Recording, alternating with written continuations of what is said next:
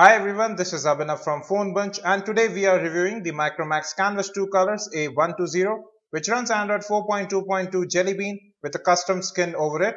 Let's have a look at the build first. On the left you have the volume rocker which is absolutely sturdy, offers good feedback without any clicking sounds. At the top you have the 3.5mm audio jack as well as the micro USB data syncing and charging port and a space to open the back cover. On the right you have the power lock and unlock button, again quite sturdy. You wouldn't expect such build quality and design from a device that costs about Rs 10,000. You have the microphone at the bottom. At the back you have the 8 megapixel autofocus camera, LED flash, Micromax branding and at the bottom the speakerphone. It has two raised roofs, so even if the phone is flat on its back, the speakerphone won't get muffled. Attention to design as well as ergonomics is clearly visible on this phone. The back has a sort of a matte finish to it. It's an additional back cover along with the aqua one. The default one that you get within the box is this blue one. All have the same matte finish and have excellent build quality. They are really sturdy and they look really neat on the phone as well.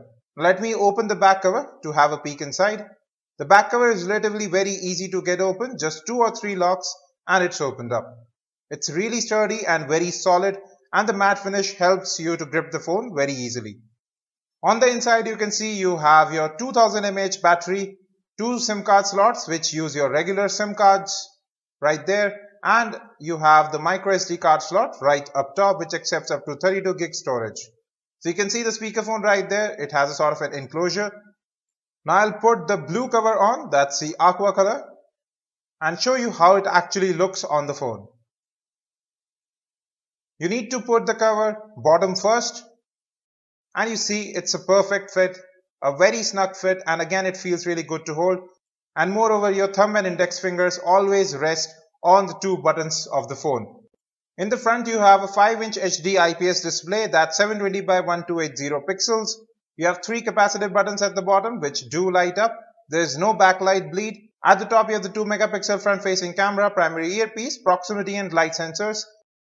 You also have a notification LED. If you can see that, it's glowing green. It either glows green or red.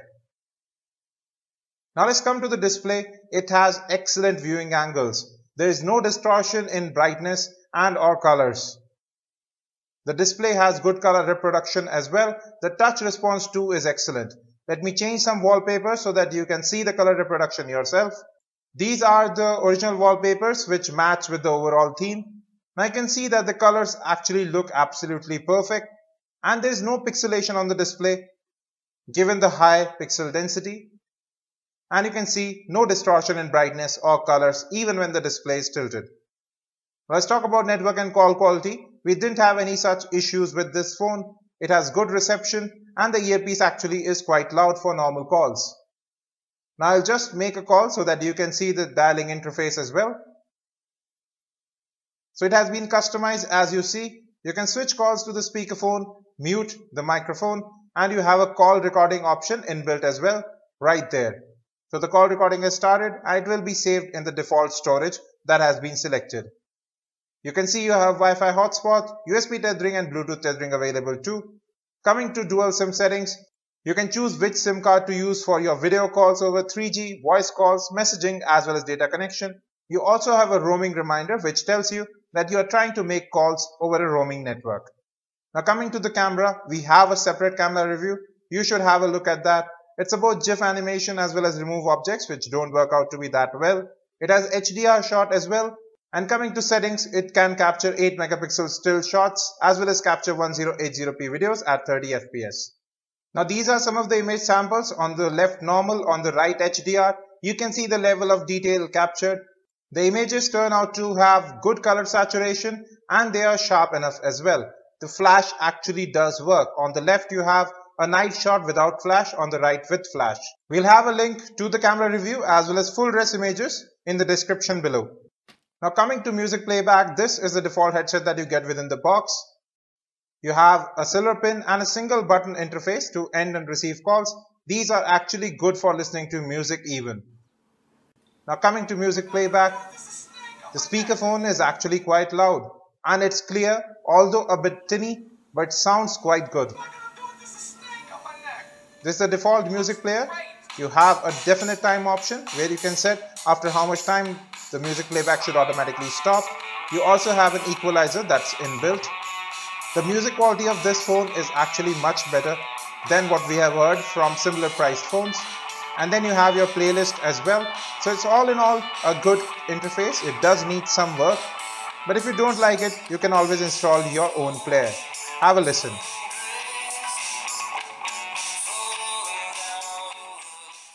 The button on the headset adds additional functionality. You can pause or play tracks, and you can move to the next track by double tapping on it as well, just like the Walkman button on the Xperia E1. This is a very handy feature, especially when you are jogging or exercising. Now coming to FM radio, it can find channels very easily. The reception is clear. We didn't have any issues with network coverage. You can record FM as well, and it's stored in the default disk. Then you also have the definite time option available here too, after which FM radio playback will automatically be stopped. Now we are playing a 1080p video. You can see here playback is absolutely smooth. You have additional options like lock functionality, where touch operations won't work on the display. And then you have a pop-up functionality also available in this player. So you see right there, you can continue doing your other work, resize the pop-up, and just let it play over other apps. There is no issues with performance here, which you see right there. Now we are going to play a YouTube video in HD quality.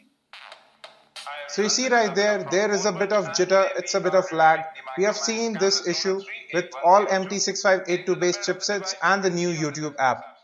But if you play it through the web browser, you can see that's absolutely perfect. There is no lag whatsoever. So it's not a hardware issue, it's just a compatibility issue with this chipset and the new YouTube player. Now coming to software, Micromax has done a lot of customization to this particular Android ROM. But there's one thing that makes it really frustrating. It's this notification shade where you have the toggles at the bottom and you have to move from the top to come to the bottom to access this option. You have one key lock which locks your phone instantly. Coming to display, no major changes here. You have automatic brightness available as well as daydream. You have 0.98 GB as internal storage, 1.61 GB as your phone storage, app and app data movable to the SD card, and you have USB OTG support as well. Coming to battery life, you can easily get 1 day of usage with this phone, but not anymore. You would have to charge it overnight. You have assisted GPS as well as EPO available in location. Coming to screen lock, you have face unlock and voice unlock along with pattern, pin and password, the default options. You can sideload apps as well as in device administrators. You have the Android device manager to locate your phone if it's lost. You have some smart gestures available like proximity unlock, upside silent, upside speaker. You can take images with the camera by just waving your hand over it as well. We have shown that in a separate review in our features. You can see that there. I'll just show you proximity unlock. It's so easy. Now coming to about phone, you can see the phone runs Android 4.2.2 Jelly Bean, but it has been customized quite a lot. So you see right there, you have several new widgets. The first of which is the video widget and the music widget. Then you have your clock widget, which again has been customized, and then the power widget. So these are the new additions apart from the customized interface. The icons have also been changed. You have an add to desktop option in this launcher. So you select the home screen where you want to add shortcuts and just tap on the app whose shortcut is required. And you can simply just move to that particular home screen. Very easy to use, handy features there. You can even add widgets like that, not just app shortcuts. So just select the home screen where you want it among the 9 home screens. And there you go. It will be placed on that particular home screen, which you can jump to. Handy features again. You can add up to 9 home screens, as I said earlier. And you can choose which one will be your default home too. You can close up any home screen as well. You have some up and down gestures available too. These are the effect settings of the launcher. You can change the animation of the home screen as well as the app drawers. So let me just change it to windmill. I'll show you how that actually looks. So you see the home screen animation has now been changed. So a lot of customization there, definitely. Now this is the down gesture which pulls the notification shade and the up gesture which brings up the menu. Now let's get into the app drawer. So you can see right there all the icons have a sort of a background to them. It really looks neat. It combines the whole interface together. You have a separate downloads tab and the widgets tab is separate as well. You also have a sorting order where you can change whether you want to see in alphabetical order, latest installed, or the frequently used apps first. You can hide apps from this app drawer as well. Just select the app and tap on Sure and it will be hidden from the app drawer. But just the app drawer, it will still remain installed on the phone. Not many apps come pre-installed, just a basic Google app, some Micromax apps.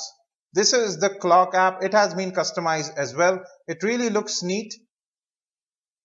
Now coming to web browsing, it's actually quite fluid. You can see that there are no issues with scrolling. Now let's jump into our desktop website. So you see right here too, there are no issues with scrolling anywhere. Let's see how pinch to zoom works. Again, it's absolutely fluid here. The display looks brilliant. The text is crisp. And there are no issues with scrolling or performance anywhere.